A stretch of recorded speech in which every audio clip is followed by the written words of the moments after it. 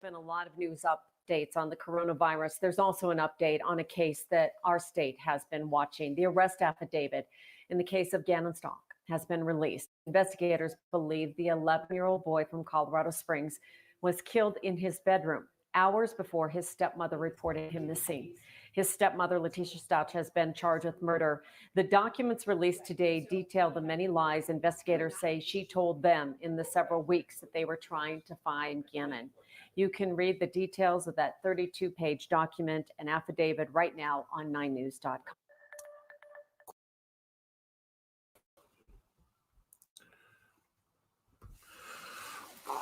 Hey, everybody.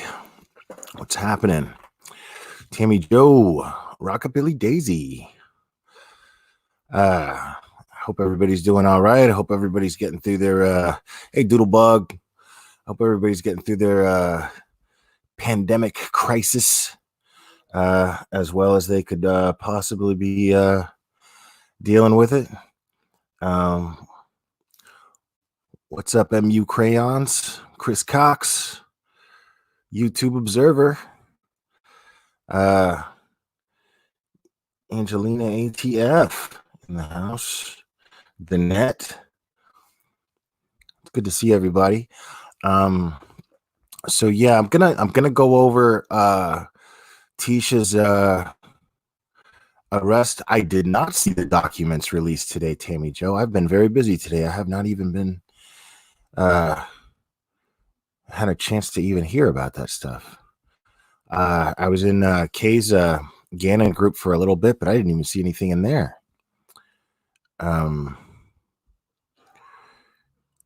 You sent me a message on Facebook, Rockabilly Daisy. Okay. Hold on. Let me see. Is it let's mess with this a little bit. See what happens here. I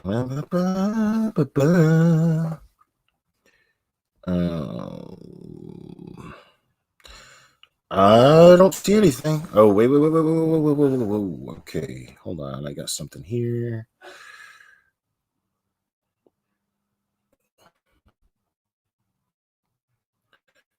Okay. All right, Rock'em Daisy. We're gonna go over some stuff, not right this second. I thought this might pertain to what people were talking about in chat here. So, but I will go over this stuff and I will read this later, I promise. And I appreciate you being here. And then somebody tried to add me to a group. I don't know what kind of group that is, but okay. Yeah, I don't care. All right. So what's up, Mignon? We are going to be going over some of the affidavit. We're going to we're also going to revisit that interview that Leticia held with that one single reporter, and her back was turned to the camera. Now, I have gone over that video on this channel a couple of times before, but I don't think that I did it since her arrest. I may have, but actually, I think I did. But we're going to be going over it again because I know I haven't done it since we've learned the details that we have, and now that are listed in that affidavit. So before I continue, though, I know I have some. I know I have some new subscribers, and I think that came from Kay being kind enough to allow me to post my last video in the group. Now, for those of you who are here because you're subscribed to Kay, I'm grateful to you. Thank you for subscribing, and I hope that you enjoy the channel.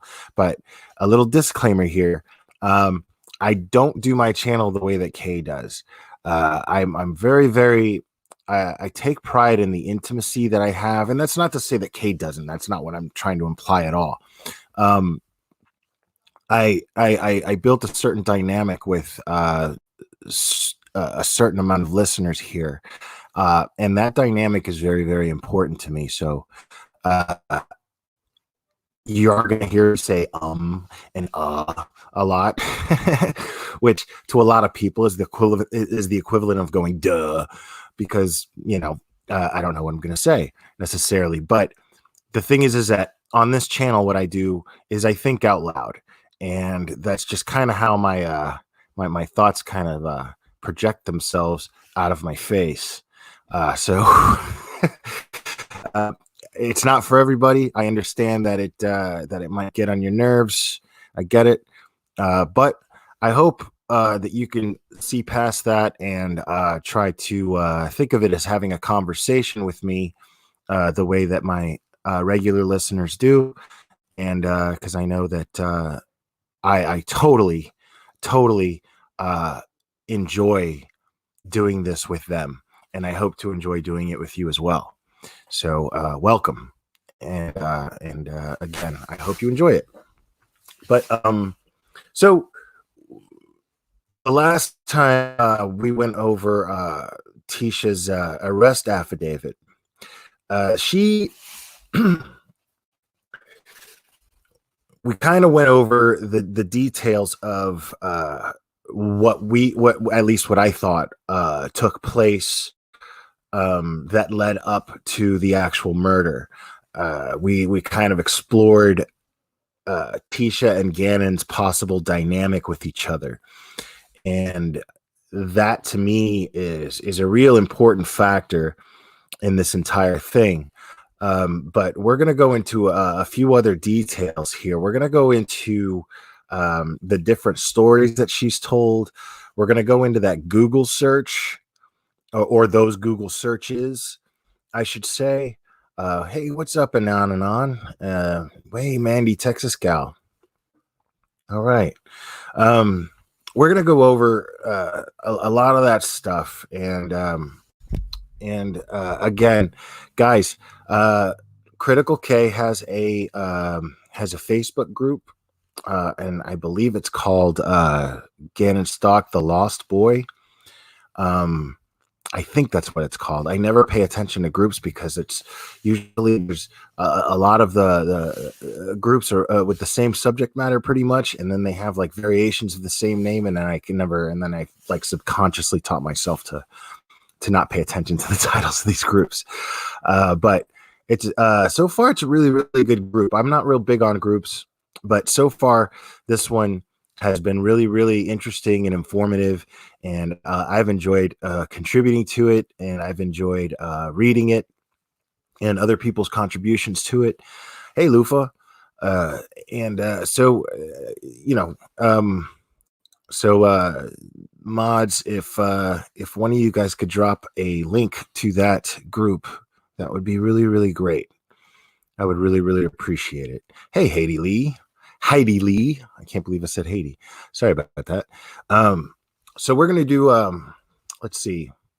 Got the affidavit here, and I'm not going to go into any particular order here, guys. I'm just going to go over a few things here and there.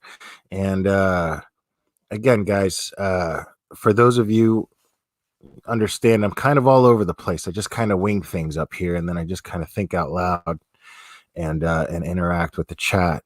So bear with me.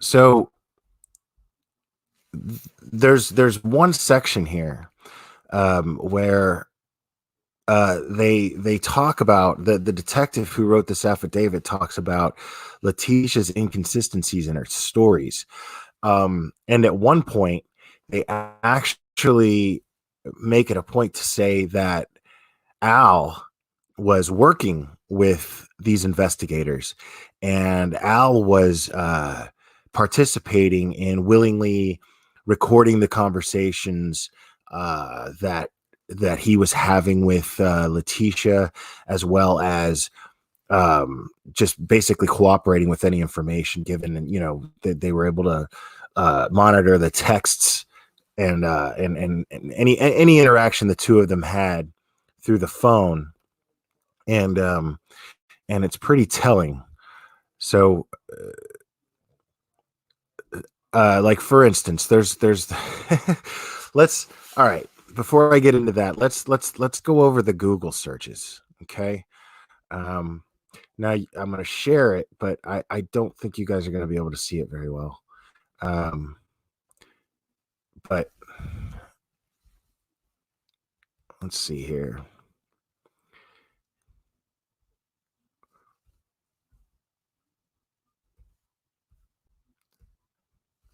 All right.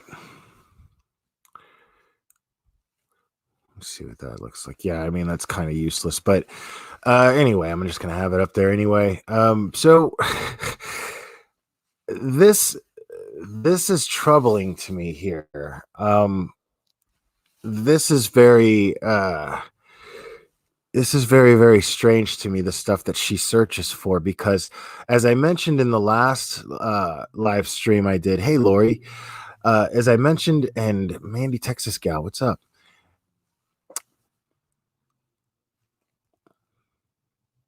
Okay, I have not seen that yet. Thank you, Rockabilly. So I'm going to just go over some of these real quick. So the number one on the Google searches, and forgive me for laughing, because I do not think I want to go ahead and give this disclaimer to new subscribers as well. I'm not laughing because I think the situation is funny in the slightest bit, but you know, in order for me to excuse me, in order for me to deal with the situation in situations like this, emotionally speaking, it's easy for me to find a scapegoat to kind of make fun of here in my own head, and Leticia makes it very, very easy for me to do that.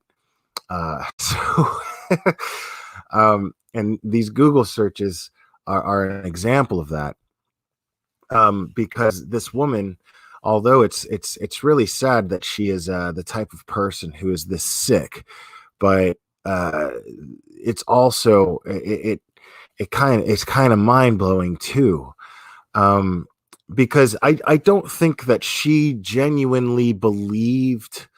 I'm not sure if I think that she genuinely believed how do I put this? I'm not sure if when she conducted these Google searches, I'm pretty sure that she was doing it to put on a show. She expected these Google searches to be looked at, and so that was what was going on through her head. I don't think that she. But then again, I don't know. Based on these Google searches, I mean, yeah. What? Let's go over them, and then I'll explain what I mean. Hopefully, I can find the words a little bit better here. So, we've got find real military singles, right? And then the next one here says parenting should be for people, not one. I'm overdoing all the work for my stepkids, and their mom doesn't help. Mom advice from stepmom. If you aren't involved in your kid's life, you are shitty. My husband's ex-wife does nothing for her kids. Now, there's a lot of typos in here, but I speak typos, so I'm just, there's no need to point out the typos. Each one, I wonder if my husband's ex-wife is sending me a card since I raise her kids. I wonder if my husband's ex-wife is sending me a Valentine's card since I raise her kids. And she searches this twice in a row. Then it escalates here. She says, one day some people will wish they treated you differently. And she says you, not me, which is funny. She says, one day some people will wish that they treated you differently. Like as if she's affirming herself, like she's doing some sort of affirmation. Like you remember that it reminds me daily affirmation from Saturday Night Live. When I was a kid, I used to watch Saturday Night Live, and there was this dipshit that was on there. This character was a dipshit, and he would sit there and look in the mirror and be like, I'm good enough, I'm smart enough, and doggone it, people like me. And this was his, because this guy was so fucking pathetic and sad, and hated himself so much. His character was a comedic version of somebody who had to look themselves in the mirror and remind themselves that they were worth a shit. And this is this incarnate, but in the sad reality. Not this isn't, it's not meant to be funny. And the thing is if it didn't end in the tragic death of a child, it would be hilarious. This would be the kind of person that everybody would blow off. And instead of, this woman seems to do everything other than make a conscious effort to be self-aware. This woman doesn't seem to make she doesn't even seem to come into that vicinity of ideas. So I'm just going to keep going with him here. So she Googled that twice as well. And I find it funny because she Googled it the first time she Googled it. Like, now, the ex-wife sending me a Valentine's card, she Googled that at 1:51 p.m. and then did it again at 1:52 p.m. Actually almost exactly a minute later. And these two searches, one day some people will wish they treated you differently. She did that twice, but these are 15 seconds or 10 seconds from each other. So she probably just did that second one by accident. And why should my husband choose me over family? So again, she's looking for some kind of reassurance. She's going on Google and she's looking for other people that think the way that she does. And I don't imagine that she was real lucky in finding anything. Because let's face it, Leticia's one of a kind, folks. This is quite obvious. Let's see here. Find me a rich guy who wants me to take care of his kids. Okay, this is interesting. I'm gonna elaborate on this one a little bit more later, but find me a rich guy who wants me to take care of his kids. So this is a woman, first of all. That statement right there speaks volumes to me of her personality. This is a woman who feels entitled. This is a woman who feels as though she has earned retirement and to be completely and totally pampered and taken care of. And in exchange for an easy life of just babysitting kids. But here she is at the same time.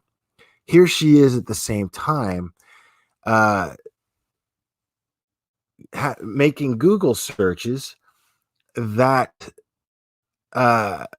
indicate. Sorry, I got a little distracted here real quick. Sorry about that.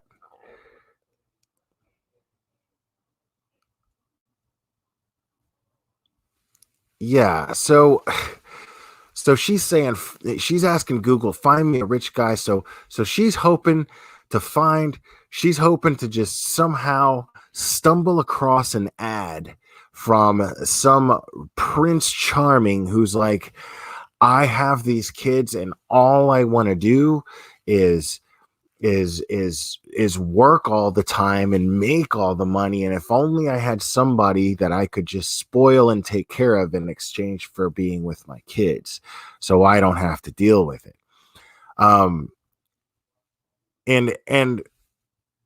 And find me a guy who wants me to take care of his kids and get paid. So what's funny is I want to point something out here. There's a trend here. Okay. There's a trend here in all these Google searches. There's actually a few different trends. There's actually a few different things that all of these have in common. But one of these things that all of these searches have in common is they indicate a person who simply does not want to work. At no point are any of these searches job searches. Not one. Not one thing. The closest thing to it is find me a guy who wants me to take care of his kids and get paid. So she's basically looking to be a nanny / prostitute. Like that's her dream fantasy life that she's sitting around fantasizing about, is being, and which is basically, and if I may be so bold, that's basically what she's doing currently prior to these murders. Currently speaking, as what I'm saying is during the time period that she's doing these Google searches. So it's really funny because this is what she's looking for. She's looking for the exact same situation that she's in. Unfortunately, she's not getting all the luxuries that she feels that she's entitled to. So she wants a rich guy. She doesn't want a guy that's just in the military. She wants a rich guy, ideally a rich guy. She'll settle for a guy in the military because here's the thing about that. Guys in the military, if you marry into the military and your success and your guy is successful in the military, well, then you're set for life. You're good. The military takes care of you. The U.S. government takes care of you. So, and that's not in every case, but that's the common consensus, at least, right? So this is her mindset. And so here she is. At this point, she shifts from asking Google to find her something to it's crappy some parents don't care for their kids or buy them presents. So this is the kind of thing right here that makes me wonder, that makes me think, does she expect these Google searches to be seen by law enforcement? Because this is the next day when she shifts from the find me the guy. That's on the 25th at almost 8 p.m. So the next one here, it's crappy some parents don't care for their kids or buy them presents. That's the next day. That's on the 26th, first thing in the morning, 9:30 in the morning, right? So the very next minute, she says parents are those who put their kids before themselves, or their is that, it looks like it says nulls. It's weird. I don't know what that says.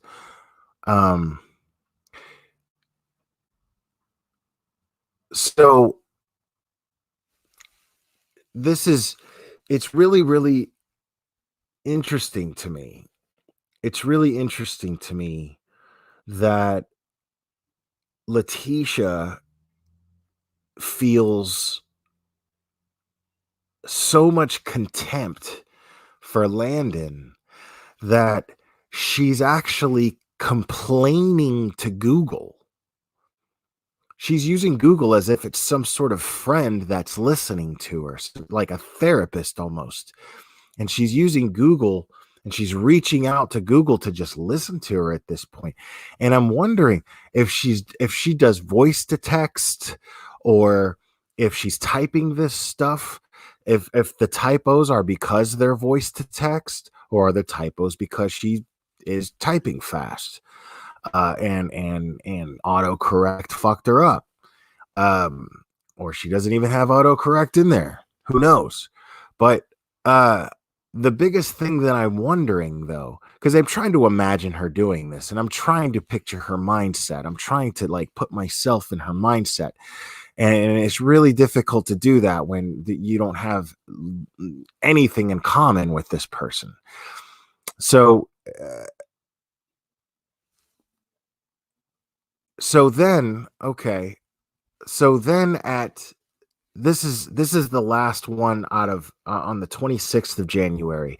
So on the 27th of January, well, technically that night, So the night of the 26th, because it's 12:09 a.m. on the 27th. So it's midnight. And she says, my son burned the carpet. How do I fix it? Now this is very, very interesting because there's a timeline here, because apparently, remember, the 27th is the day that law enforcement believes Gannon was actually murdered in his bedroom, in his bed. So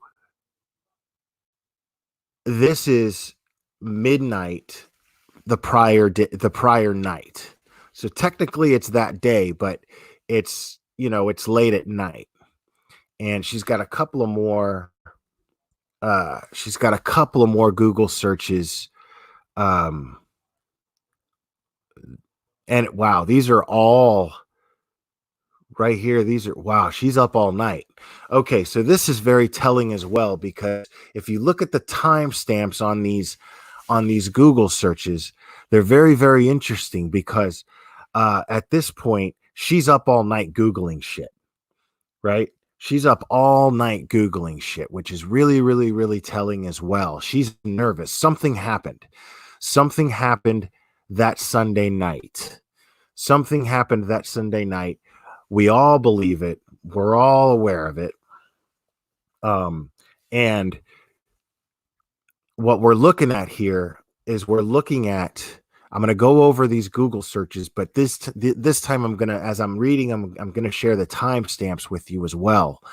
And I'll let you guys do your own thinking here. So here we go. That first one is, my son burned the carpet. How do I fix it? That's at 12:09 a.m. Sunday night. And will humidifier help if exposed to smoke? That's at 12:42 a.m. Smoke effects. Will humidifier help? 12:43. So that's a minute later. So I guess you know how you Google. Maybe if I ask the question a different way, I'm going to get the answer that I want. So that's what I'm thinking she's thinking here. So 10 seconds later after that one, smoke from fire effects, will humidifier help? So this is the same thing going on here. And okay, so based on this next one here, okay, Colorado law for kids staying at home, that's at 12:55. So that's let's see, that is about 12 minutes later. So Colorado law for kids staying at home, so that's a little over 10 minutes after smoke from fire effects, will humidifier help? So I don't know about you guys, right? I don't know about you guys, but I'm not sure that a burn even took place on the carpet. I'm not sure about that. But then again, who knows? Who knows? But that's actually neither here nor there. What I'm concerned about here, what I'm thinking, and this is me spitballing again, guys. I think out loud a lot here. So this is me spitballing. I'm wondering if she knew she was going to kill Gannon Monday, or maybe the police possibly got the timeline wrong and she actually killed him that night. So I don't know. But I that's the last thing that I'm going to assume. I'm going to assume so far that law enforcement has done their job pretty accurately and pretty thoroughly. But I'm wondering about this, where already she's asking if a humidifier will help from effects from smoke, and I'm guessing that she is talking about smoke inhalation. That Gannon, I think her mind is going to a place where she's trying to say that Gannon inhaled smoke and was going to stay home from school, right? But at the same time, if this was going to be her excuse for something happening to Gannon, then she had to know that they were going to find out that, that maybe she planned on suffocating him. Maybe she planned on killing him with carbon monoxide or whatever, smoke inhalation, and then make it seem like an accident, like he started a fire by accident. Maybe that was where her mind was at the time. I don't know. But she's Googling all these things. But see, here's the thing is you're a stepmother. You've raised a teenager. Why are you worried about the law? Because now here at after the Colorado law for a kid staying at home, why do you need to know what the law is for a kid staying at home? My kid's sick, he's staying home. Fuck the law. I don't give a fuck. It's up to me whether I decide if my kid stays home or not. I'm not worried about getting arrested for that. What parent here in the chat actually worries about that or thinks about that? If my kid's sick and he's staying home. Suck a dick if you're going to tell me otherwise. It's not your call. It's mine. So she Googles that first time, and then school is out. Is it okay for my kid to stay home alone? So that's 2 minutes after the law. Where's her mind going here? Where did her mind go in 2 minutes where she's Googling Colorado law for kids staying at home, and then school is out. Is it okay for my kid to stay home alone? So son is sick, but I have to go to work. That's 3 minutes after that one. Then, let's see. Son is sick. Can he stay home? That's 2 minutes after that one. And then here we go. Hours go by. Okay. It's 1:03. That last one, son's sick. Can he stay home? Is at 1:03 a.m. And then the next Google search is at 4:40 a.m. Almost 4 hours later. And it's suede repair for sofa. So I'm guessing somewhere in this time is where we're hearing that recording, guys. That recording where she's talking about selling the sofa. And she's got Gannon just completely and totally terrified. So let's see. So that's the last one that night. That suede repair for sofa. Then there's a Google search on the same date, but it's obviously the next day, and it's at 6:54 p.m. and it's for El Paso Sheriff's Office number. So what I'm guessing is, and I don't have the time off the top of my head of when she called 911, but this is when the 911 operator said, okay, what you need to do is hang up. This isn't an emergency yet. You need to talk to the sheriff's office directly. And so she probably Googled the sheriff's office number so that she could call them and do what the 911 operator said. So this is interesting, though. What is the process for a runaway child? That's at 4:15 a.m. that night. And police steps for our runaway. That's at 4:16 a.m. That's a minute later. So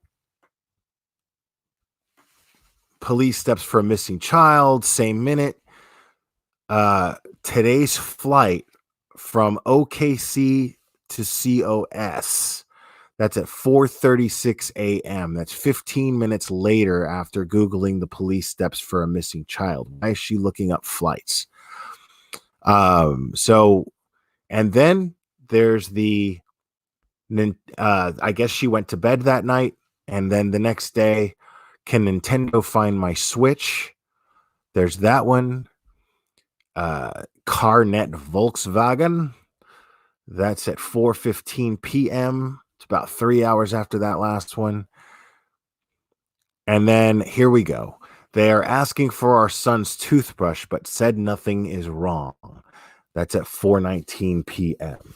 So basically, she's had a conversation with law enforcement. She's had a conversation with law enforcement, and law enforcement wants to examine toothbrushes. Now, guys, true crime sleuths out there, why do cops want to examine toothbrushes? DNA. So she's worried about this. She doesn't know what the hell to make of it, which is pretty funny to me.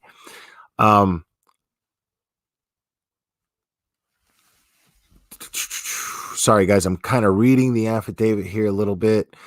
Actually, I'm gonna go over chat a little bit real quick.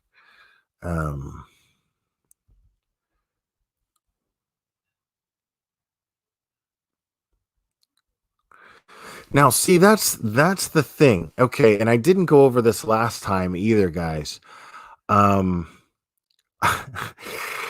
Let's talk a little bit about the different stories that Leticia has been giving the police, right? Let's talk about my man Eduardo. Who in the blue hell is Eduardo? Type of 1, if you believe that Eduardo is a real guy. Type of 2, if you think that he's a fake. But type of 1, if you think he's a real guy and they just haven't found him yet, and you just think that she's lying about being raped. I would tell you to type a 3 if you believe that she was actually raped, but if you believe that she was actually raped, get the fuck out of my chat because you must be fucking stupid.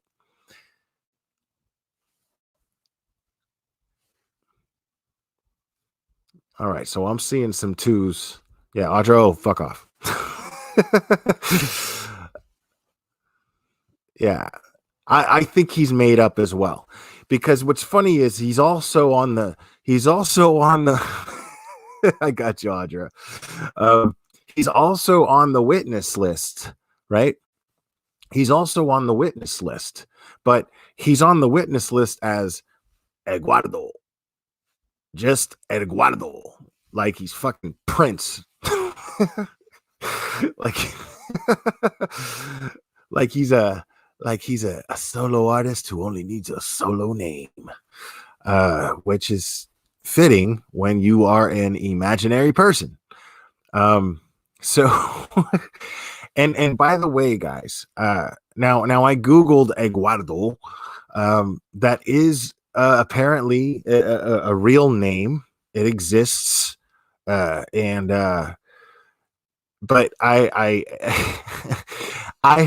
I'm Hispanic, guys. I'm Hispanic, and I have never ever met anyone named Eduardo. I've met Eduardo with a D, which is the same as Edward. No, Angelina ATF. It's not Eduardo. It's Eduardo with a G. It's very, very, very strange. I've never seen that before in my life. So I and Lufa, that's a good that's a possibility too. It's a possibility that he was a hookup, because I don't have any. Now we know that Leticia's a liar. We also know that Leticia was very, very unhappy in her relationship based on her Google searches and based on her actions, obviously. So I don't like to jump to conclusions and assume somebody is guilty of something that I don't know that they're guilty of. But I don't think I'm going to say it like this. It's not unfeasible to think that Leticia, based on her need for attention and based on her delusions of grandeur, it is not unfeasible to me that she would occasionally have the random sexual encounter with a perfect fucking stranger in order to validate herself in her own sick way. Now, I want to also say, guys, I'm not judging anybody who does hook up with random strangers. Sometimes that's what you're into, and that's cool. But it depends on the reasons for what you do sexually. Some people are very, very submissive sexually because they have really fucked up daddy issues. Some people are really submissive sexually because they're dominant in their everyday life and they'd like to have that escape. So there's all these different reasons why people do things. So I'm not judging the actions of what someone does with their sex life. But if she's married, well, then she's a fucking cheat, and then you're kind of a skank. You know what I mean? So if you're not happy, leave. But that's a whole nother conversation. But the fact of the matter is she, to me, it's not, like I said, unfeasible to think that she engaged in this type of promiscuous behavior, but for the reasons of feeling, for the sake of feeling validated, for wanting to feel valid in her own way.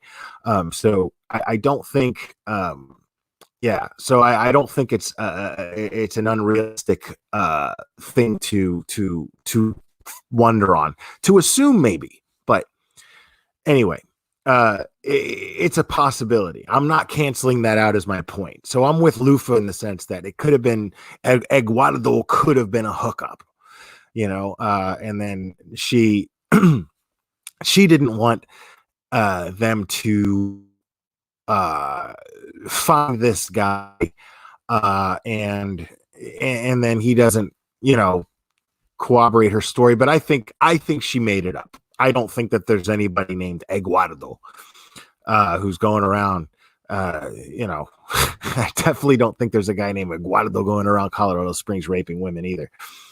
So it's it's one of those things where I'm just kind of but so there's that story, and then let's see.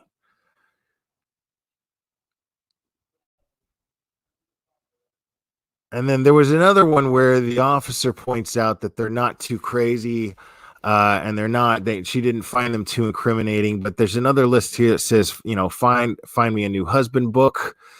What does that mean? She wants a book. She wants to buy a book on how to find a new husband, or a book on new husbands.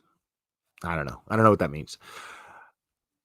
I feel like I'm just a nanny, not a stepmom. Husband uses me to babysit his kids. Now, this is interesting, guys, because if you remember the searches from earlier that I was reading,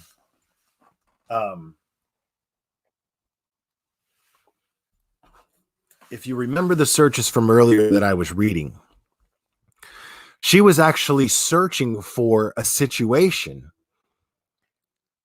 that she here is searching to get out of.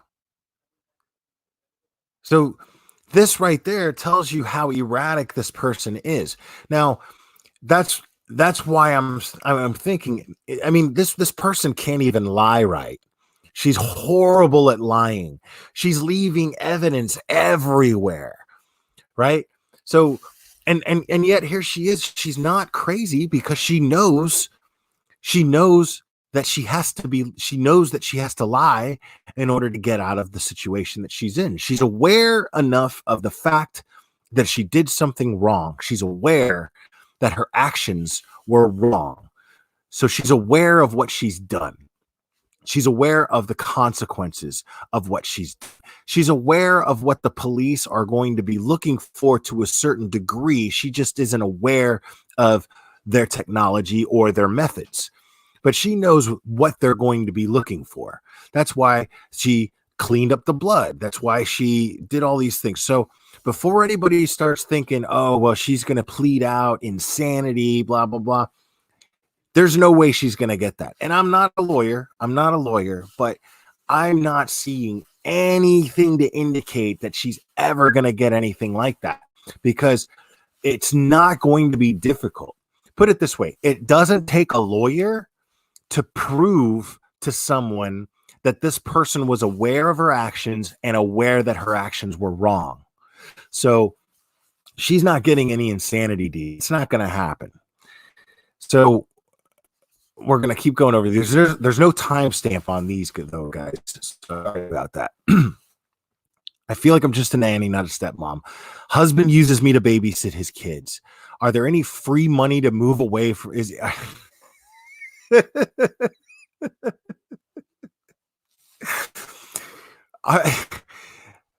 She wrote it. It's a typo, but I'll read it the way it's supposed to be read. Is there any free money to move away from my bad situation? This woman honestly thought she could type into Google and just discover some money. There's just money out there waiting for you, waiting for your entitled ass to come get. People fucking blow my mind, dude. My husband never posts about me, but does everything else. My husband only cleans up for the army, not me. Come on, man. Look, I'm not even getting into that. Never mind. I'm just a glorified babysitter. Find me a new husband. Send husband sexual messages and he ignored them. Make my husband want me more. I feel like my husband uses me to babysit his kid. Find a guy without kids. Now, the number 12 there, that find a guy without kids, is a direct contradiction from find me a rich guy with kids who will pay me to take care of them. So again, I don't know. I don't know if she's doing these searches to try to throw off law enforcement because she knows that they're going to look at her Google searches. Because here's the thing. She's, let's say there wasn't a crime scene. Let's say there wasn't a crime scene and there wasn't or at least a crime scene that the police could have discovered. Let's say there was none of that Gannon was just missing, right? There was no evidence of any foul play whatsoever, other than her erratic behavior. Basically, what if all we knew about this case prior to her arrest? What if all we knew prior to her arrest about this case was all that there was? Right? So what if this kind of thing right here, these Google searches and whatnot, those are circumstantial. This is just somebody who, you can't take that to a judge and a jury and be like, she's unhappy, so she must have done something to the child. No, she's just unhappy. Being unhappy is not illegal. Being confused about what you want is not illegal. The majority of people do it every day. So there's absolutely nothing here to indicate that she is guilty of a crime. These are just things that kind of, give you a little idea of her behavior. So I don't know if she's actually this erratic, but even if she's trying to use this to throw police off, I mean, that's erratic. There's nothing calculated about this. This is just as inconsistent. These efforts are just as inconsistent as her lies that she can't even keep up with. So I'm going to read this next part of the affidavit, and this is really, really interesting, guys. This is where we're going to start getting to some of the good stuff. Okay, this is where we're going to start getting to some of the really, really interesting, nasty shit. So during the first 24 to 48 hours surrounding the disappearance of a child, it is reasonable that an assumingly innocent parent or step parent would be contributing to search efforts and fully participating in the effort to recover the child. In the 24 to 48 hours surrounding Gannon's disappearance, Leticia rented a vehicle, turned her cell phone off for approximately 4 hours on the evening of January 28th, 2020, washed her Tiguan immediately prior coming to the EPSO for an interview, evaded law enforcement's attempts to conduct a more in-depth interview, and did not participate in the search for Gannon. So we're talking about somebody right now who at no point, they're saying this detective is pointing out the fact that those first 48 hours are crucial. That's common knowledge in the crime community as well. The first 48 hours are crucial when finding a missing person or solving a murder, right? That's why they have a TV show called The First 48. And so all this behavior that they're listing here took place during those first 48 hours. So she turned off her cell phone. This is the thing. She rented a vehicle. Why did she rent the vehicle? For what? But then she turned her cell phone off for 4 hours the day after the actual crime took place. But let's look at it in terms of a missing child, and the parent is genuinely concerned for the child's safety, right? This is the same day that she reported Gannon missing. So she turned her cell phone off and left home for 4 hours. Nobody with a missing child does that. Anybody with a missing child, even a step parent, doesn't matter, an uncle, whatever, it doesn't matter. Those first 48 hours, you are glued to your phone. You are sitting in the house because Al's not there, right? And I went over this with the Chris Watts case too. That was another thing. This is the exact same thing that got me thinking that Chris Watts was lying and that he was guilty of something. I didn't know what yet. But when I knew that he had slept over at his friend's house, when he thought that his family was missing, I was like, nah, nobody does that.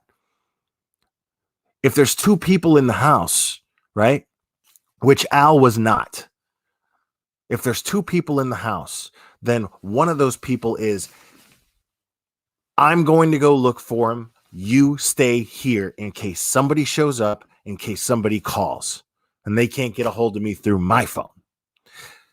That's what happens. There's no other way around that. That is just plain what happens. And Al wasn't there. So Tisha was in a position to where she would have had to stay home and stay by her phone, which means keeping it on, which means checking it.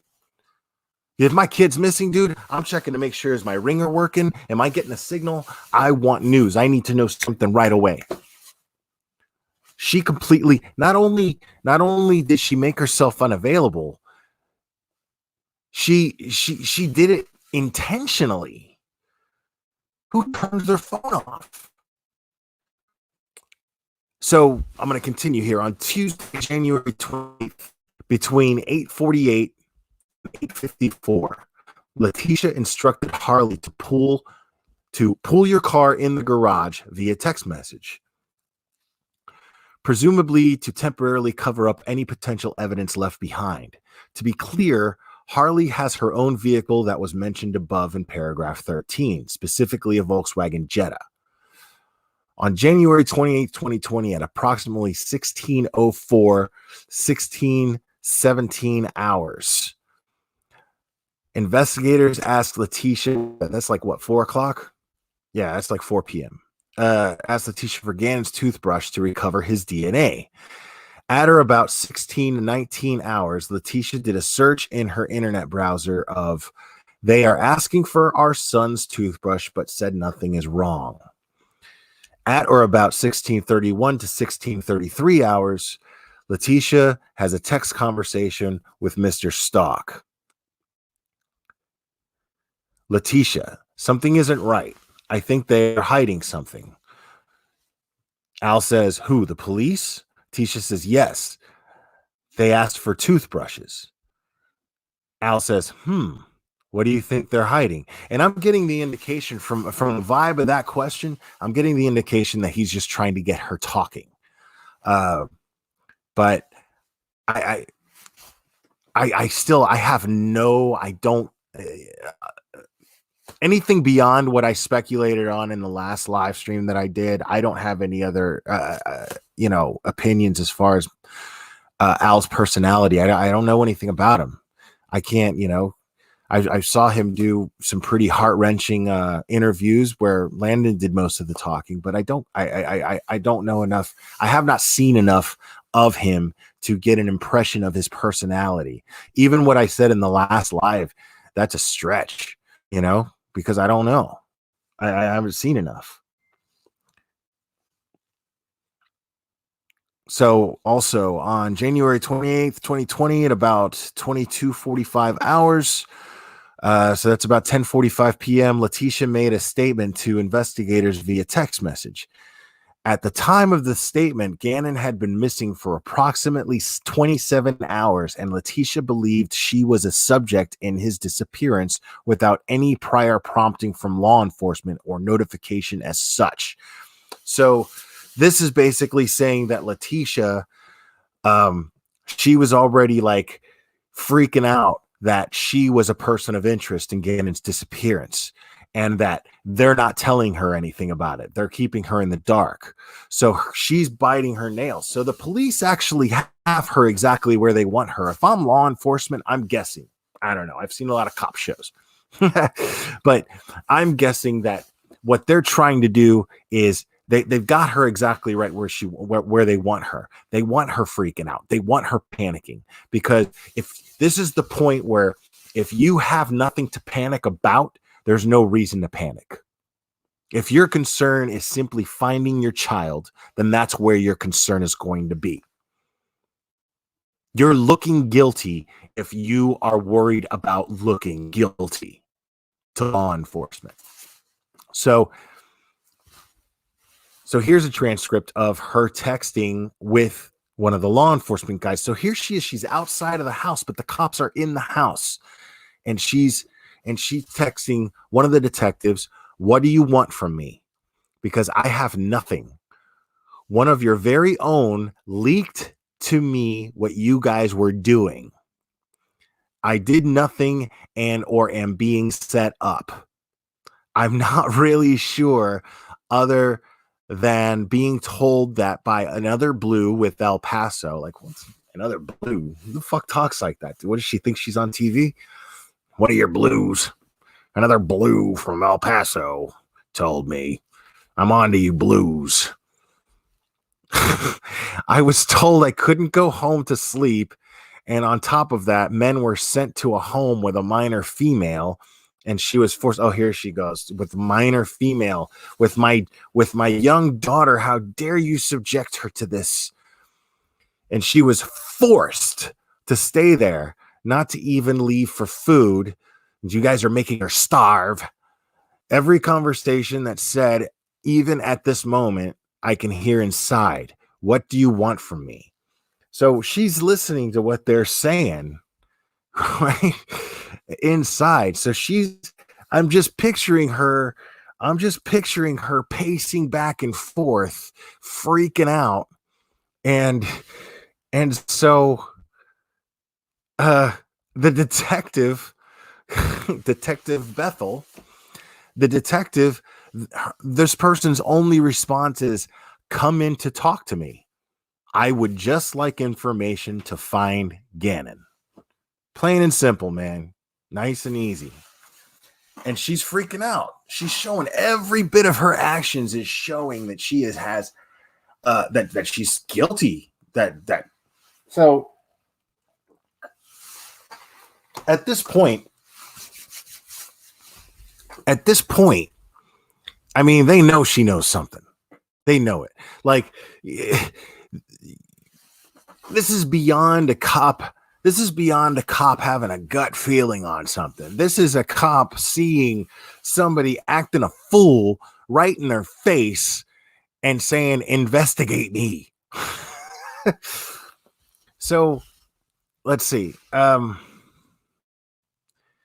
Now this is interesting as well. So we're going to go over a little bit here. This is where this kind of, I read this earlier and it made a little bit more sense. Maybe I read it wrong. I don't know, but it made a little bit more sense as far as the time gap, or as far as what was going on with how she disposed of the body in Florida. So this is interesting to me because remember, guys, this affidavit was written before they found Gannon, so they don't know. They're on to her. And they're doing some really good tracking and investigating. I mean, there isn't a move that she's making that they're not onto at this point. So this basically says after EPSO investigator sees Leticia's Volkswagen Tiguan on January 29th, 2020, she obtained a 2020 Nissan Altima. Investigators applied for and were granted a search warrant by this court to install a GPS tracker on the vehicle. Investigators monitored this tracking vehicle, which provided particularly useful information on January 31st, 2020. A map with some of this data is included below. This information will be discussed below and relates to the area north of Palmer Lake and along Highway 105 South Perry Park Road in Douglas County, Colorado. In summary, investigators believe Leticia utilized the rented Nissan Altima to return to the area in which she disposed of Gannon's body. Indeed, investigators recovered a piece of particle board from this area with Gannon's blood on it. This information will be discussed below in more detail. So there's this map. I don't know how well you guys can see it. I've got it blown up a little bit here. So now I don't know this area very well at all. But you can see her. She, at 4:16 p.m. It doesn't really matter if I go over it, because again, I don't know this area very well, so I can't go over what her actions were and how significant they are as far as that goes. I'll let the officer who wrote the affidavit kind of explain that better. But I just wanted to give you an idea of what the map looked like and what her actions were, what the timestamps are.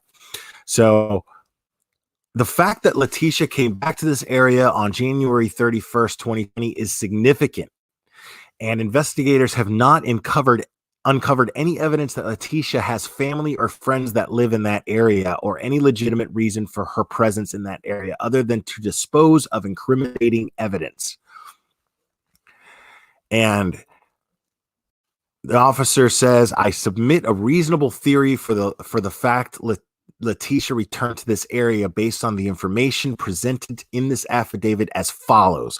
Leticia disposed of Gannon's remains at nighttime and likely was nervous about the location she chose and may not have even remembered exactly where she dumped Gannon's remains. Investigators believe that on January 31st, 2020, she went back to the area to view the area while sunlight was available to ensure no evidence was visible or viewable from the road, to ensure his remains were adequately covered to prevent detection, and to see if any law enforcement was in the area. Okay, guys, so here we go. So I'm wondering, so here she goes and she returns to this area. I'm wondering if this is correct. I'm wondering if Gannon's body was disposed of in this area. And I'm also wondering if the reason why she returned to this area was not to check on Gannon's body, but to actually retrieve it and dispose of it in Florida somehow.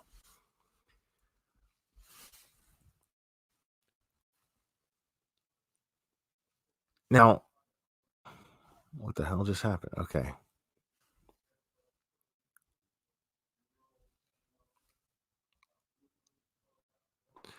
It says investigators were able to remove a computer chip from Leticia's Volkswagen Tiguan, which was examined by the FBI. The FBI was able to recover data hereinafter raw data, which included but is not limited to the estimated location of the vehicle specifically related to the eve of January 28th, 2020 and the morning of January 29th, 2020. The raw data has not been scientifically evaluated, and the raw data that was provided was not portrayed to be an exact representation of the vehicle's activity. Additionally, I have been told that the raw data has particular limitations, including the inability to show the exact location of the vehicle. For example, if the Tiguan was taken off-road, the raw data may not show that. Okay, so guys, think about it like this. What this is basically saying is that this tracking device, it works with a GPS that actually has roads that are logged into the GPS that are able to track. So if she goes off-road at any point and it says that they estimate 50 to 100 meters, there's a fluctuation in accuracy, it's saying. So if she goes off one of these roads that are in the GPS, that are in the GPS's information, if she goes off of that, they can't track an exact and pinpoint an exact location. So that's interesting to me. That's extremely interesting to me.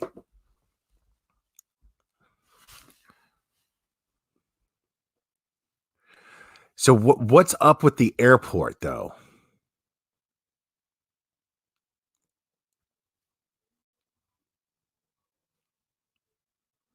Let's see. So the Tiguan, let's see.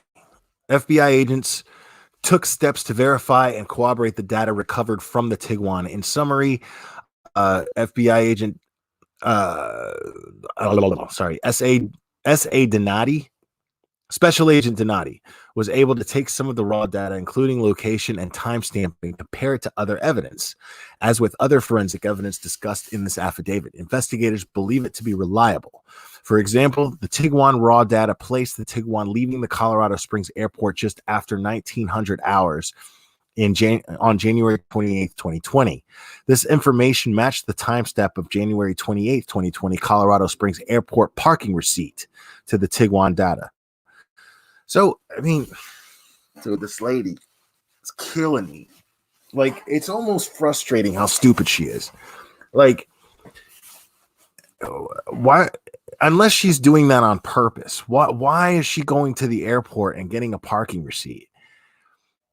The Tiguan raw data indicated the Tiguan stopped near a King Soopers parking lot for approximately 10 minutes after leaving the airport between 2008 hours and 2018 hours. Special Agent Donati was able to review video surveillance footage from that King Soopers, which indeed showed a dark SUV matching the description of the Tiguan sitting in the parking lot during that same time period. Other footage, including video footage from Wendy's restaurant in a separate location, helped further corroborate the raw data.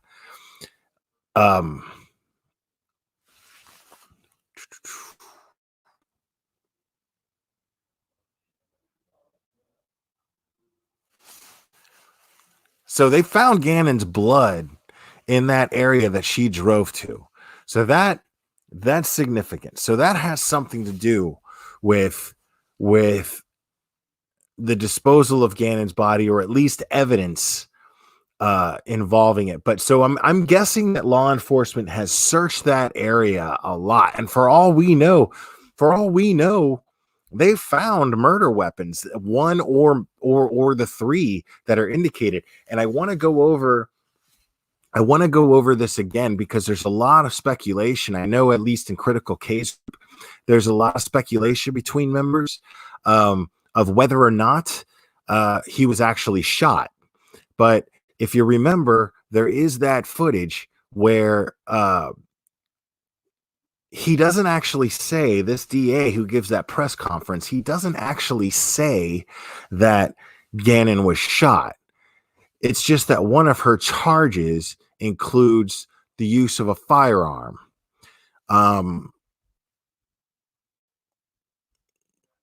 So I'm going to go over those. I'm going to go over her charges real quick, guys. So these are what Leticia Stauch is charged with. Count 1 is murder in the first degree, which is a first degree felony. Count 2, murder in the first degree, which is a first degree felony.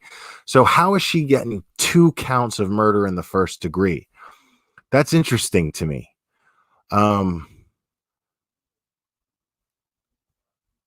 So if anybody has any answers on that, please let me know. How do you get 2 counts on how do you get 2 murder counts on one person? So count 3 is child abuse resulting in death, which is a second degree felony. Count 4 is tampering with a deceased human body, third degree felony. Count 5 is tampering with physical evidence, sixth degree felony. Count 6 is crime of violence, special enhancer, use of a firearm. So there it is. Count 6, crime of violence is the count, and it's a special enhancer. I guess if I had to guess, again, I'm not a lawyer, guys, but if I had to guess, I would say that when they say special enhancers, they are basically to just strengthen the chances of a harder sentence, right? So if I had to guess, that's what they mean by a special, and what the law means by a special enhancer charge. So count 6 is a special enhancer charge of use of a firearm. Then there's use of a blunt instrument. Then there's count 8, crime of violence. Again, a special enhancer, use of a knife or other sharp instrument. And again, guys, keep in mind that these special enhancer charges came about after they found Gannon's body. So I don't know if an autopsy has been done yet, but I know that this press conference and these charges came prior to them even being able to perform. I don't think they had enough time to perform an autopsy. So what I'm guessing here is that we've got they got these ideas from or they got these charges from evidence that they found on Gannon's body, that are probably consistent with his wounds. So use of a firearm, if they're going based on after finding Gannon's body, then I'm guessing they found gunshot wounds on him. But here's the thing, guys. We still don't. I still haven't been able to put together where or when she would have ever gotten a firearm if she didn't already have one somehow. So, it's there's all kinds of possibilities on as to where or when she obtained a firearm. And if she obtained a firearm and she obtained it illegally prior to the dates that are in question here, then that's going to indicate to me that this was definitely premeditated. So, and it's crazy because if this was as premeditated, see that the other thing that makes me wonder if whether or not it's premeditated, or make me think that it may not, that it probably isn't, is just how horrible she is at lying. She can't keep up. She never came up with a story to stick with and stay consistent to. At no point. She's all over the place. And I'm not even done with the charges yet. Okay, so count 9, crime of violence, special enhancer as well, unlawfully causing the death of Gannon Stauch. Count 10, crime of violence, special enhancer, use of a firearm related to murder in the first degree, child under 12 years of age. So that's very, very specific right there, guys. I'm going to read that one more time. Crime of violence, special enhancer, use of a firearm related to murder in the first degree, child under 12 years of age. That indicates to me that they found not only a gunshot wound on Gannon's body, but likely a gunshot wound that caused his death. Because here we go. I'm going to read that one more time for you guys. The reason why I think that is because of the way this is worded here. Use of a firearm related to murder in the first degree. Okay, now I can see how that's different too. Related to the murder in the first degree. So you're okay. I take that back. I take that back of what I just said. So that's even though it's related to murder in the first degree, that doesn't necessarily mean that he was killed by the firearm, but it does still indicate to me that gunshot wounds were found, one or more were found on his body, and it obviously had something to do with how he died. And the same thing goes for the knife here in count 12. Use of a knife or other sharp instrument related to murder in the first degree. So none of these things are actually saying the same thing here. Count 13 is the last count. Unlawfully causing the death of Gannon Stauch related to murder in the first degree, child under 12 years of age. There's a lot of stuff here, but there's nothing actually indicating how he was actually killed. If I'm speculating based on the murder scene and how there was blood spatter on the wall, that could be that he was hit over the head and killed that way, and it caused a spatter, or he was stabbed and it hit a particular artery that squirted and caused a spatter on the wall as well.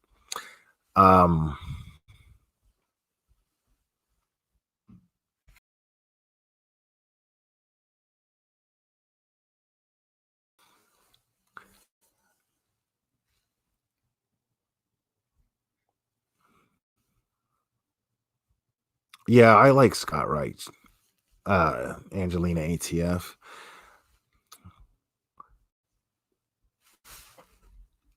Let's see, what else are we going to go over here, guys? All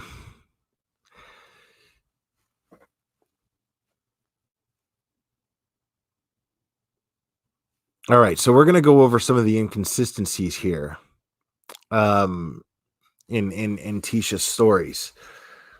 So we've got investigators conducted several consensually monitored telephone calls with Mr. Stauch.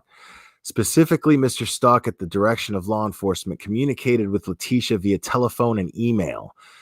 These communications have been recorded and memorialized and consisted of hours of recorded conversation.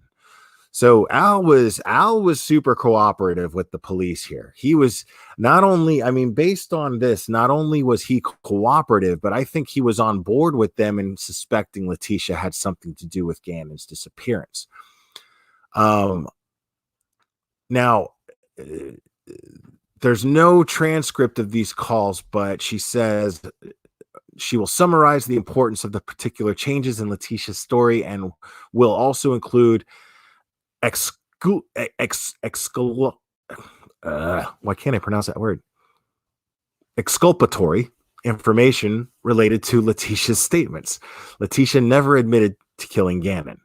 Okay, so she's very clear about this, that there's never an admission here to killing Gannon.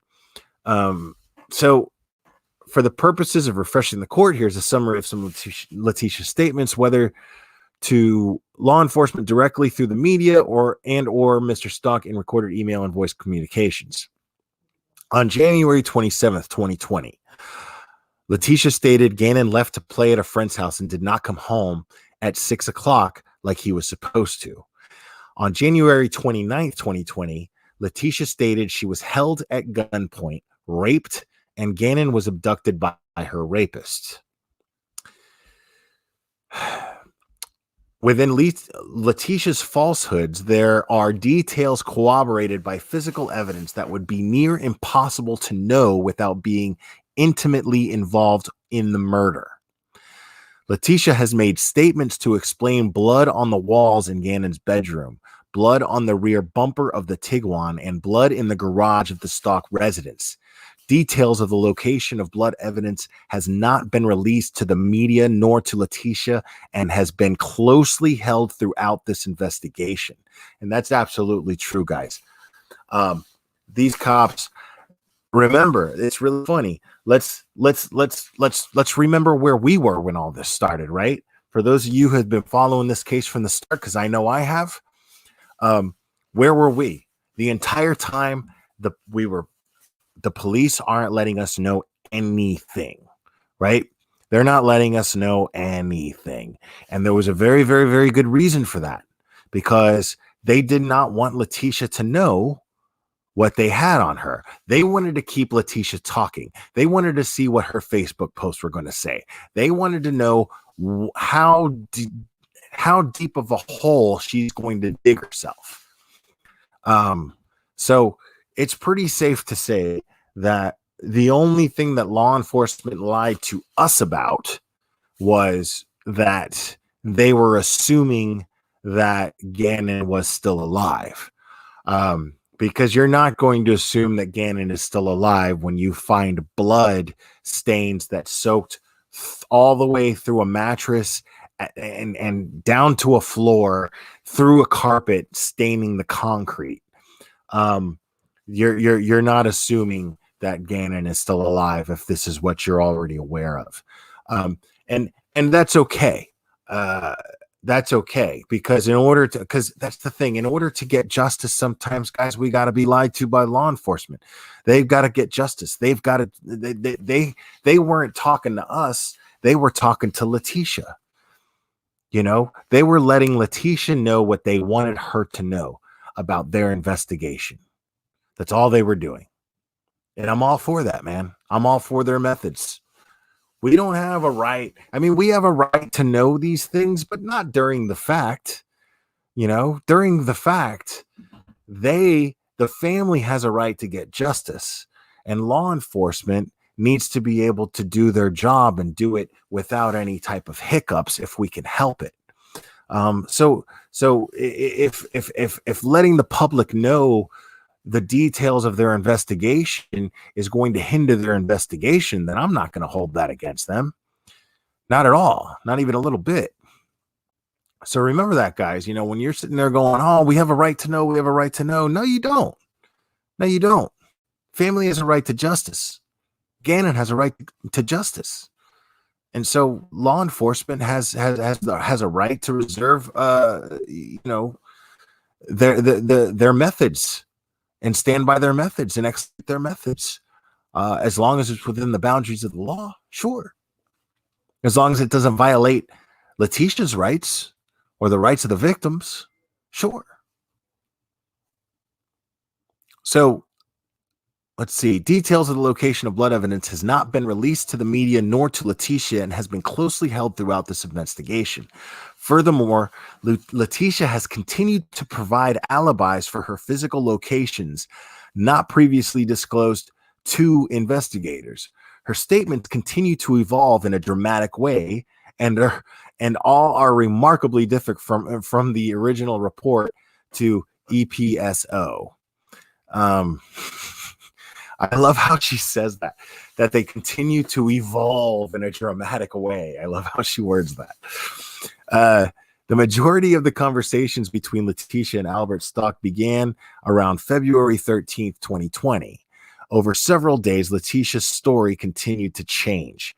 During a phone call on February 13th, 2020, Leticia stated that Gannon was burned by a candle to the point that his skin bubbled, and that Gannon peeled the burns off and wiped blood on his bedroom wall. Mr. Stauch did not ask about blood on the walls of his room during this call. The fact that she provided information about blood on the wall likely indicates her knowledge of the murder scene. I have to agree with that, man. I have to absolutely agree with that. But that makes me wonder too. I don't know, for those of you who have read this affidavit as well, and you read that part, and Leticia's story about Gannon burning himself with a candle and peeling the skin off. Because first of all, let's get real. A burn's not gonna do that. Not fresh, right? When you burn yourself fresh, at most, what happens is it blisters. It blisters, but you're not bleeding. You pull the blister skin off, and it's just like water. It's weird. Um, the scabbing or whatnot doesn't take place till days later, and then you pick the scabs. That's the only way you're going to get blood from that. So now, if he had been cut, that's a different story. So I'm wondering, because remember, guys, my theory has always been that something happened to him physically. A lot of other people think that he walked in on her doing something that she should not have been doing, and that's why she killed him, to keep him quiet. I'm not so sure about that. I'm not saying that I disagree with that, because again, right now it's all speculation. We don't know what happened. But where I'm at this point right now is I'm leaning towards that something Sunday night happened. Something the night of the 26th took place, physical, that she could not cover up. It went too far. I believe she was very abusive towards Gannon. I'm not sure if she was physically abusive on a regular basis towards him, but I feel that this night in particular, something physical took place. And I think that I think it went too far. She left marks on him that she couldn't cover up. She couldn't find a lie to get out of, and then took it way too far, and panicked, and at the same time murdered him. Blamed him for this, because the crime itself, if Gannon was shot, stabbed, and bludgeoned to death, if this is how he died, if this is how he was murdered, then this is an act of pure rage and hatred. So I'm wondering about that. And what I see in my head is what I'm imagining, the scenario that I'm picturing in my mind is something taking place and going too far Sunday, and then her stewing about it and doing all these Google searches, and all of these Google searches leading to this is her stewing in writing, in typing via Google search. She's leaving a blueprint. She's leaving a map of where her head is going here. And she's and she goes from blaming Landon to blaming Al. But I think what happened here is what makes the most sense to me, and I hate to say it, because the police believe that this took place sometime Sunday during the day, or Monday during the day. But again, even on this affidavit, and I said it before, that footage of Gannon getting in and out of the truck from the neighbor's house, you can't tell what that is. You can't tell who that is. They're just assuming that it's Gannon. They even say it in the affidavit. In the affidavit, it says we can't tell what's on, we can't make out what's on that video necessarily. So there's the possibility that this all took place Sunday night, Sunday night. That the murder itself even took place Sunday night, or even Monday morning, prior to her getting in that truck. But then again, who else got in that truck? So who else but Gannon? Otherwise, there'd be, I mean, I don't know.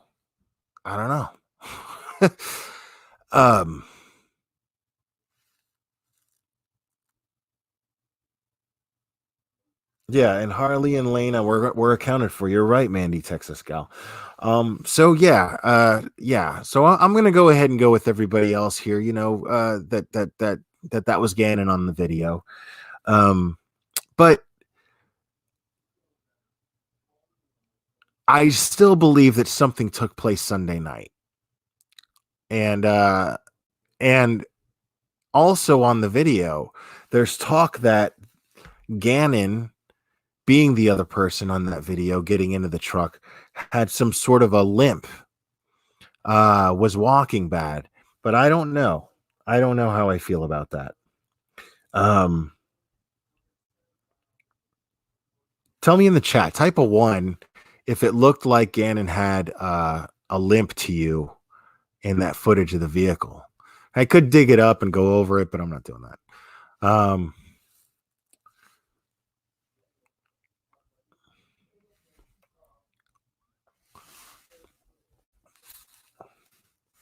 Yeah, guys, this is a long one. But I'm gonna keep going, guys. As long as you're into this, I'm gonna keep going because there's other stuff that I want to go over. Right. Okay. Now. Okay. So a lot of you guys are typing 1 there, and another thing to consider is one of the things that she told Al was that Gannon was going to stay home from school Monday because he was having stomach problems. So, if he was having stomach problems, that would explain, depending on the severity of the stomach problems, that would explain why he was walking as though he was not well. Could be a limp, so there could have been something wrong with his leg. I'm wondering. All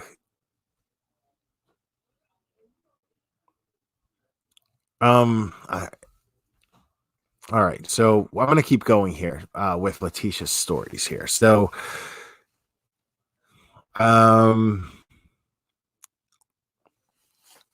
Leticia had an additional conversation with Al and provided 4 additional versions of Gannon's disappearance. And this goes over in detail. Here we go. So story number 1, when El Paso Sheriff's Office came to the house on January 27th, 2020, the abductor was still in her residence and that she tried to signal the El Paso Sheriff's Office deputies that there was somebody in the residence. It should be noted that EPSO deputies checked the entirety of the house and no additional person was located during that search. Wow. Story number 2. She was raped by Quincy Brown at her residence, and Brown abducted Gannon. She knew Brown's identity because she saw a paper and his identification card fell out of his pocket that had his name on it. Leticia sent a photograph of Quincy Brown to Mr. Stauch via text message. It is noted in this photograph. Now, remember, she told the cops that it was some dude named Eduardo, but she's telling Al that it was a dude named Quincy Brown. And apparently she saw Quincy Brown, I guess, on the internet or something. But here it says Leticia sent a photograph of Quincy Brown to Al via text message. It is noted this photograph mirrored images online wherein Quincy Brown was listed as a most wanted suspect, discussed below.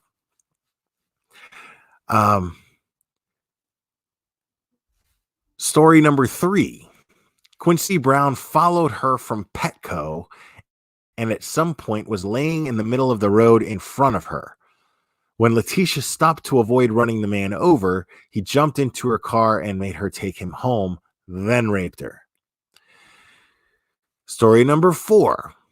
Leticia and Gannon were near County Line Road, Highway 105 in northern El Paso County on January 27th, 2020. Gannon was riding a bicycle in that area and fell off, hit his head, and was then abducted by Quincy Brown.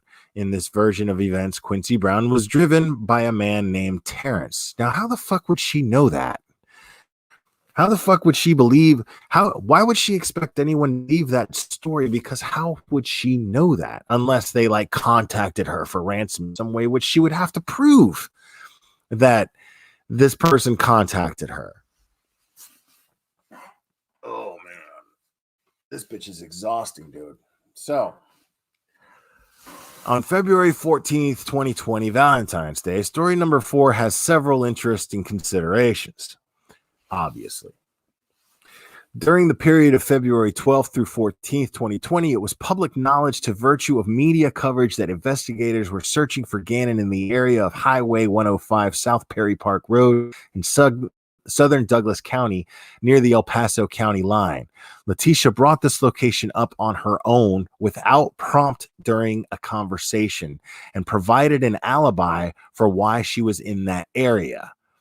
Leticia was adamant that investigators' efforts to search for Gannon in that area would be futile. This area turned out to be significant based on the Tiguan's location on January 28th, 2020, and that Gannon's blood was found in this area, discussed below in more detail. So that area, based on her behavior and based on this affidavit, that is significant because that's where they tracked the Tiguan. And that's where they found blood or a piece of particle board with Gannon's blood on it. And here she is being quote unquote adamant that investigators' efforts to search in that area would be futile. Like, don't even try it. Don't even bother. There's nothing there. Don't do that. So she's trying to steer them away from it. Furthermore, as mentioned above, Leticia drove through the same area in her Nissan Altima rental vehicle on January 31st, 2020. So, dude, she is the epitome of they always return to the scene of the crime. Right? This is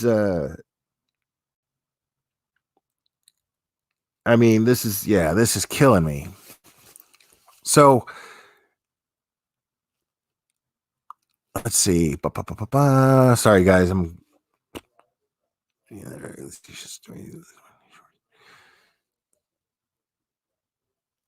Okay.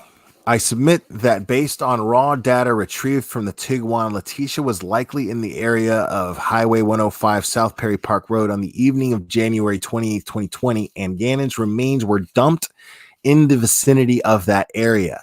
Leticia's story lays the foundation for a reason why investigators may locate Gannon's body with head trauma. So, so it sounds like she dumped him in an area that she had to like throw him off.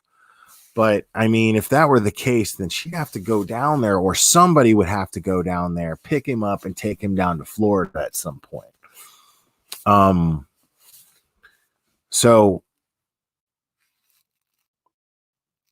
But I'm wondering if maybe, I don't know. Never mind. On February 15th, 2020, Leticia provided additional conflicting stories to Mr. Stauch, Al, including that the story she told Al about Gannon falling off the bike was a lie because it was what she believed he wanted to hear. What?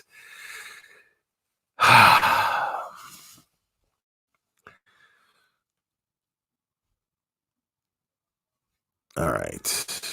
Leticia stated the blood in the corner of Gannon's room was a combination of hers and Gannon's. In this explanation, she stated that the abductor anally penetrated both her and Gannon with an object. Additionally, she was tied up at some point in the abduction, and the abductor was still present during the EPSO visit that night. So I know what everybody's thinking right now. And a lot of you are thinking, what did she do to Gannon? Based on that last thing there. And I'm not going to repeat it. What I'm going to do is try to set your mind at ease, because this is genuinely where my mind's at. Okay. I don't think that anything like that actually happened to Gannon. I think that that's just part of her story. And I don't think that there's any truth to that statement at all whatsoever, including what apparently what she states happened to Gannon here. And the reason why I say that is because now, again, I don't think that there was enough time for an autopsy yet, But when there's that kind of trauma, especially to a child, and they discover a body, that's a parent that's going to be there. They're going to look for any type of sexual assault towards the child, especially if they're going to bring new charges up on someone. And none of the charges indicate that any of this happened to Gannon. Okay, so I don't believe it. So I don't want you guys to think that this is something that happened. Because there's nothing other than that statement coming from a liar. And this entire segment that I'm going over right now is the whole subject matter is Leticia's lies. So the only thing to indicate that something like that actually happened to Gannon is based on the word of a liar in a story to Al that is a lie. There was no abductor. There was nothing like this. So, guys, take it easy. Take it easy. Don't do that to yourselves. So Quincy Brown, age 37, was listed on El Paso County's most wanted list on February 10th, 2020. I was able to locate Brown's photo on KTV News website where they describe Brown as a black male. It is noted that during one of Leticia's stories, she described her rapist as a Hispanic male. The photo on this website appeared to be the same photo Leticia sent to Mr. Stauch. Brown, so she basically just Googled a picture of this dude. She Googled some dude and or at least on her phone. But see, here's the thing is that none of this stuff is coming up in the Google searches, though, and in the arrest affidavit, which kind of bothers me. Like, why isn't this stuff there? Because she had to have Google searched this dude, taken a screenshot of his of the same picture, and sent it to Al. Brown has outstanding arrest warrants for failure to register as a sex offender and failure to appear. So she probably Googled sex offenders that were on the loose. And this guy being on the most wanted list as of the 10th of February, kind of makes sense. It fits in with the timeline is that to make that lie kind of work, but no. These warrants appear to have been open since 2018. I was able to find a criminal history for Quincy Brown, date of birth, 10, blah, blah, blah, blah, blah. None of that matters.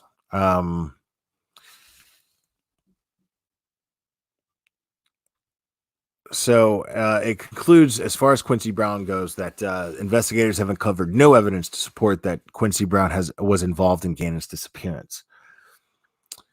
As mentioned above, investigators began to focus the search effort for Gannon's remains in the area of Highway 105, South Perry Park Road in Douglas County, Colorado, on February 12, 2020. There is not an exact address to reference due to the rural nature of this area. This particular location is deemed important based on the raw data from the Tiguan and the location data from the rental vehicle. All right, so, guys, we, I think, sorry. So there's a picture of the particle board there, but it's a photocopy. It's no sense in even sharing it and going over it. And again, I'm not interested, at least in this particular live. I'm not interested in going over forensic details. But what's up, UC boss? So yeah, we're clearly seeing someone here who is completely and totally inconsistent with her stories, and oh, I didn't even say hi to you, wicked witch. What's up, Blake 1720? we're clearly seeing a pattern of lies, and really the only pattern here is inconsistencies in her lies. They're completely and totally erratic. What's mind numbing about these lies is the fact that she actually believes that someone else would believe them, that they're not going to see the pattern in her inconsistencies, or they're not going to see a pattern of inconsistencies. So it's, well, no, I mean, she's not just trying to explain the blood, Blake 1720. Not only is she trying to explain the blood, but she's also trying to explain um what happened to Gannon, period. You know, she's trying to say that she was raped. And yet she told law enforcement it was one guy named Eduardo, and then she told Al that it was some dude named Quincy. And so there's no consistency in her lies here. The only consistency is that she continues to lie. So, and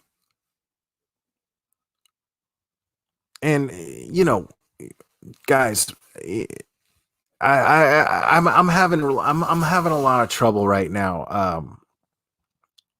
Yeah, good point, Wicked Witch. Good point there.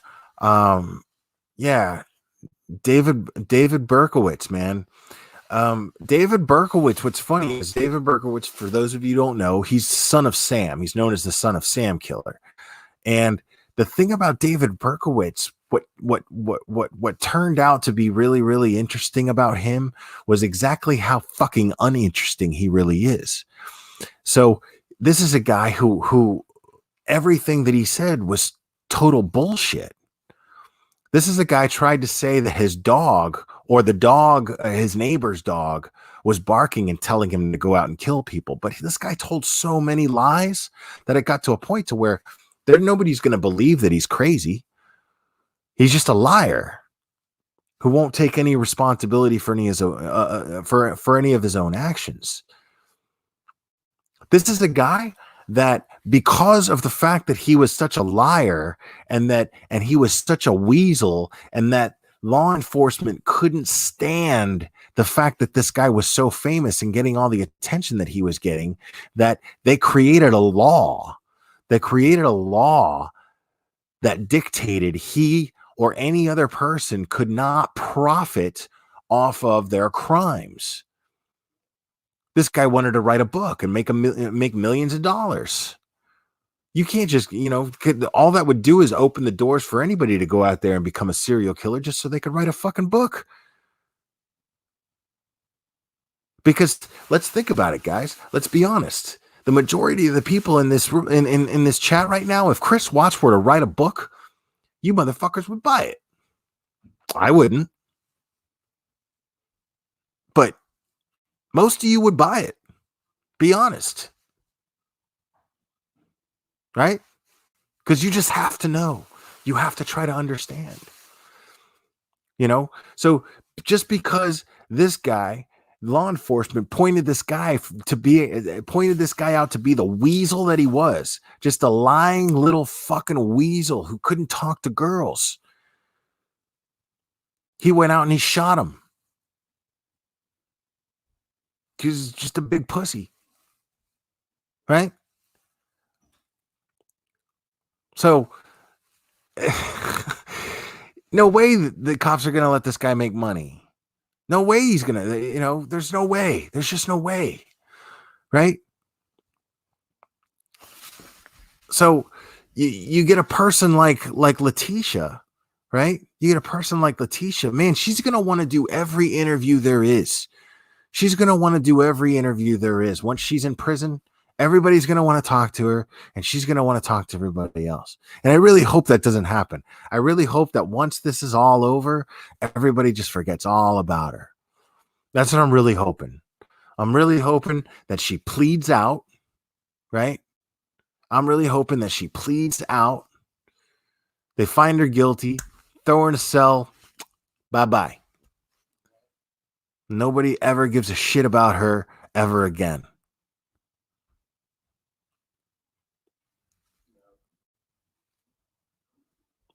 And you know, to emphasize on Wicked Witch's comment here, yeah, people will always place the blame. You know, that's how you can always, to me, is a major indication of weakness. A major indication of weakness is a lack of accountability. Having the inability to become accountable for your own actions. That's to me is a major indication of weakness. But at the same time, in contrast, it's a major indication of strength to me as well. A major indication of strength to me is being able to be accountable for your own actions. It's being able to face and become self-aware, right? To face a situation, become fully self-aware, and nobody can ever become fully self-aware. We drive ourselves crazy. We'd have a breakdown, right? If you were able to look at yourself honestly, right? Each person, you were able to look at yourself 100% honestly, right? And be able to point out every single flaw that you have, you drive yourself crazy. It would fuck you up. You know, you couldn't handle that. Nobody can handle that. Right? So we have to convince ourselves that we're a certain way to a certain degree. But my point is it takes a lot of guts to dig deep and try to become self-aware to a healthy degree, right? To look at a situation that's wrong, right? To look at a situation that is completely and totally messed up and then go, what can I do? What did I do to contribute to how messed up this is? And what can I do based on that information to make it better, to improve it, to fix it?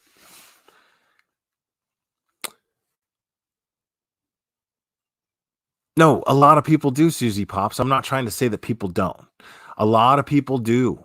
A lot of people do make that effort to become self-aware. But see, this is the thing is this is another reason.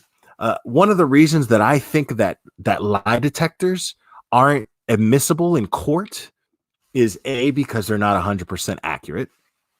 That's the obvious reason. But B, another reason that I believe is because how many people out there actually believe their own lies?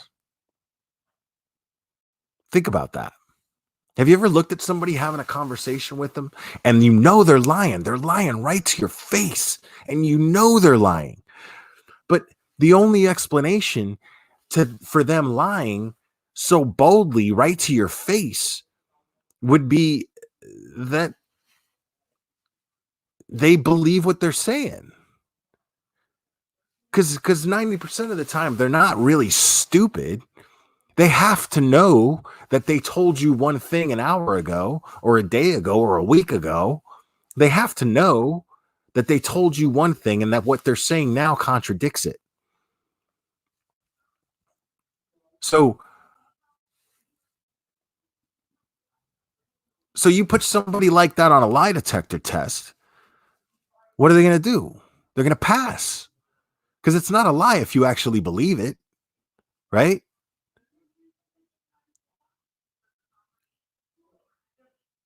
So I'm wondering if you put Leticia Stauch on a lie detector, would she pass? Probably. And then there's the other thing, the fake lie detector thing. We're going to talk about that another time. I'm going to keep this down to 2 hours tonight, guys. But yeah, Susie Pops. Everybody's got an ex that believes their own lies, dude. That's my point. I'm glad you said that. Just that my point was, how many of us actually believe our own lies? You know what I'm saying? What do we do? What do we do when we do something wrong? We never want to face the fact that we did something wrong. We always find some way to justify it in our minds. And in justifying it in our minds, we lie to ourselves. And in lying to ourselves and getting to the point where it's justified, well, then we have to believe that lie, then, don't we? It's not going to be justified unless we believe it, is it? Right?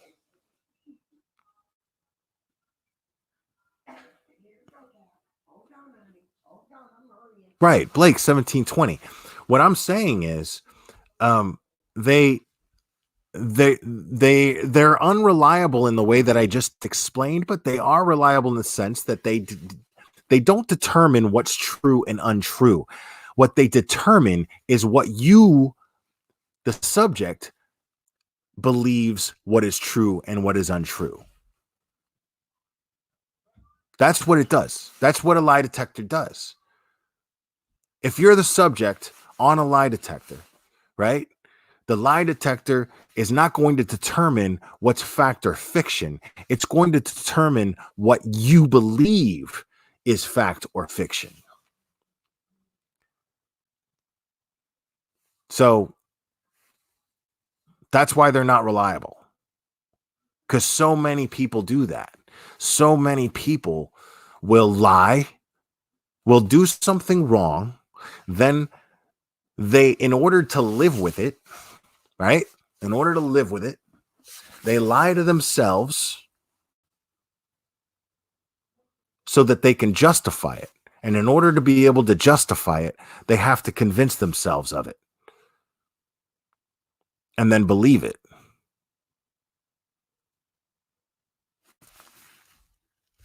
But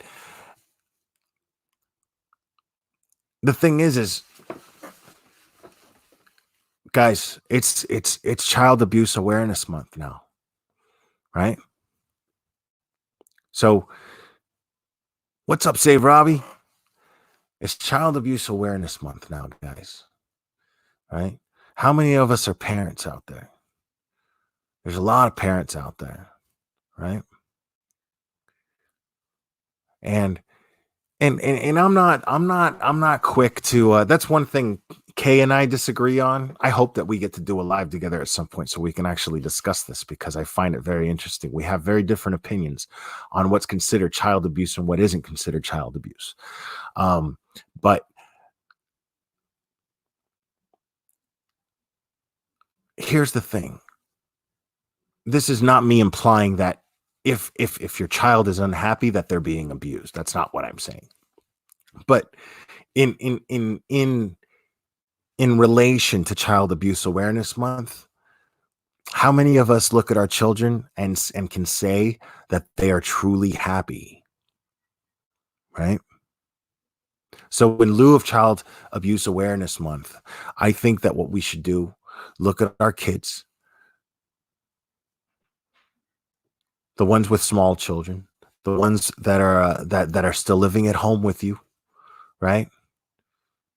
Look at them and then really ask yourself if they're happy. And ask yourself, are you happy?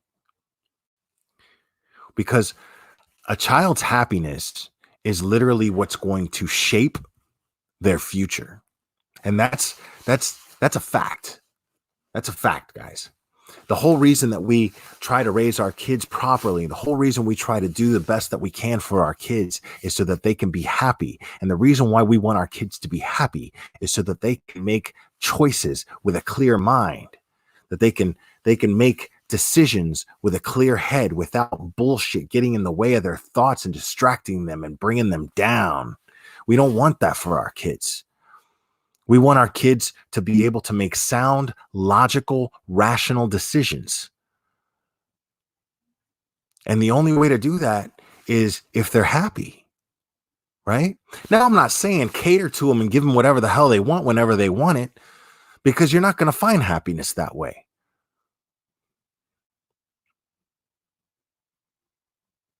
We teach our children to be grateful. And no, we don't teach our children to be grateful by grabbing them and going, "Hey, you're a total ingrate. You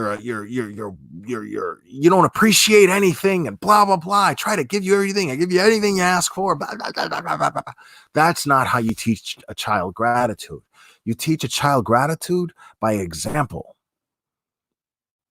Children follow example. Now, I was not a perfect father. I wish I had known the things that I know now when I was raising my children. I wish, it's the truth. I'm not afraid to admit that. I'm not proud to admit it either. But I wish I had made better decisions, right? But the thing is it's funny because we think it applies to certain things and not other things. Setting an example, that being the best teacher for our children, it's something we know in theory, but how often do we really apply it, right? Because look at it. You know how I potty trained my son? You know how I potty trained him on how to pee standing up in the toilet? Took him to the bathroom with me. I went my junk out. I pissed right in the toilet. And he was standing there looking at me going, "Oh my God, what?" Yeah, he's like a year old. He couldn't even talk yet. Wasn't even a year old. He was like 8 months, right? But as soon as he saw his dad do this and create this stream into the toilet, he was fascinated. Something in his head said, "I got to do that." Right? Never pissed in his diaper again. It was that easy. It was that easy. So when it comes to teaching our kids gratitude, it starts with ourselves.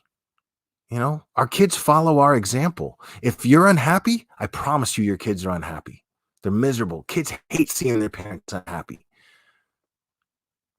Man, it broke my heart. If I saw my mom cry when I was a kid, oh my God, it was the end of the world. It was the end of the world. I couldn't stand to see my mom lose it. I couldn't stand to see that. Right? I felt like, dude, come on, man. Who in here, when they have seen their mother cry, it doesn't feel like your heart's being ripped out of your chest? But the thing is just because they don't see you cry, they see other forms of behavior. They see the way that you maybe aren't eating as well as you probably should. They see that maybe you're self-isolating to a certain degree. They see that you're irritable and you break things, or you snap at your spouse, or you snap at them a little too fast, right? But so if you're wondering whether or not your kids are happy, first thing you got to do is look at yourself and ask yourself if you're happy. Because I promise you, if you ain't happy, your kid ain't happy either. That I guarantee you. Because our kids love us, man. Our kids love us. Thing about kids is they didn't ask to come into this world. That's the thing, is we make these vain, egotistical decisions for them. The one decision, the most important decision involving them, we make for them, and they have no say in the matter whatsoever, and that is to actually bring them into this world. At no point did your kid ask to be brought into this world. So guess what? You brought them in. You have the responsibility to try to make this world as comfortable for them as you can. And that doesn't mean to cater to them and give them whatever they want. That means to teach them how to enjoy the world. And you have to do that by example, or you failed as a parent. That's a hard fact. That's a hard fact, man. If you are unhappy and you failed to set that example of happiness for your child, then you failed. Because I promise you, your kid's not going to grow up happy. And your kid's not going to make good decisions if they're unhappy. It's just not going to happen.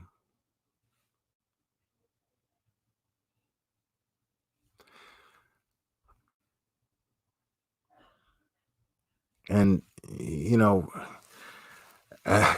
I'll be honest, you know, I wish I could do it over to a certain degree. I wish I could do it over, you know, but, you know, if I had the opportunity to have kids now, nah, it's not going to happen. I'd be just too scared. I never thought of it that way. I remember when I first had a kid, I was like, oh my God, this is the greatest thing in the world. And it was, for certain reasons, it was. It was the fact that I got to be a dad, you know, and I'm gonna love this kid no matter what. I'm gonna teach this kid everything, you know.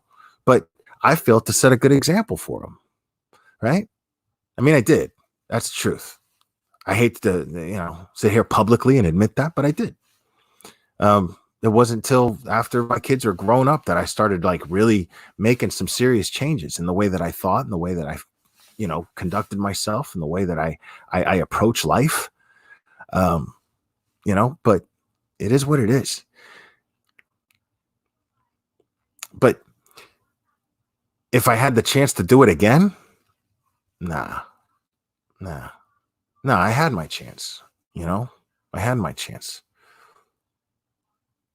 Now all I can do is just hope that I can continue to have a decent relationship with my children. We can grow from everything, you know. But the thing is, man, you only get that one shot, man. You only get that, you know, your kids only have one childhood. Your kids only have one childhood. So you got that one chance to make their childhood special. It's gonna shape their lives. It's gonna shape, you know, how they approach decision making growing up. Because they do, if you go into making decision making, real serious life choices with a bitter heart, chances are you're gonna fail because you're doing everything for the wrong reasons.